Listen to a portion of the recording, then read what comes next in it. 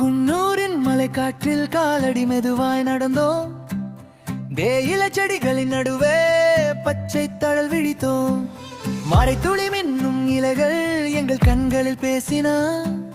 மண்மணமும் பறவை குரலும் மார்காட்டி அழைத்தன. வளைந்து செல்லும் பாதையில் ஒற்றுமையோர் நெறி. சோர்வு வந்த போது மனம்